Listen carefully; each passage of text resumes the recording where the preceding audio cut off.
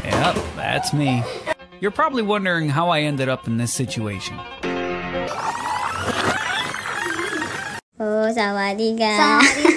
For the last day, 3. Good morning mga day for today's vlog. So, we're going to the temple and this is gonna be our last day here in Thailand kasi tomorrow uwi na kaming Pilipinas. Pero bago yan, of course, mag-outfit check muna tayo.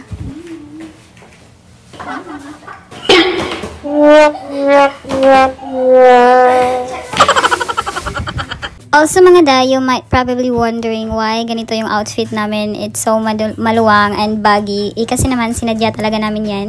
At hindi kami masyadong nag-makeup kasi dun sa temple na pupuntahan namin, bawal yung fitted or like crop top, mga ganun na shorts, palda, mga ganun, bawal dun. So ang ginawa namin, nag-matchy baggy outfit na lang kami para mas comfortable.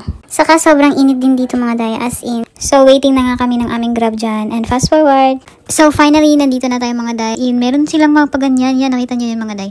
Outfit yan. Like, pwede kayong mag-rent ng ganong Thai dress sa kanila. But we didn't inquire anymore. Kasi nga, di ba, madalian lang yung tour natin ngayon kasi maaga tayong uuwi. Kasi mag-impake pa tayo.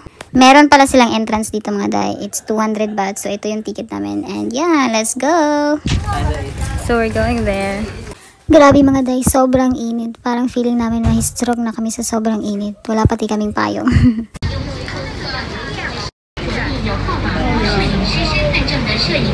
Wow, it's so nice. Look at that. Please be careful with your bag.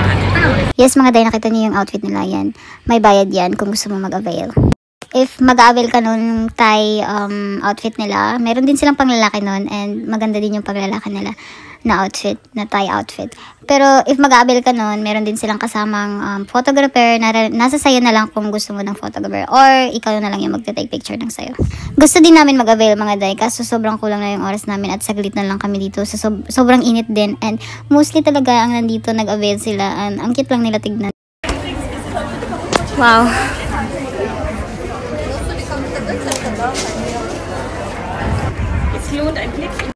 Oh my god, I'm scared. Okay, go up.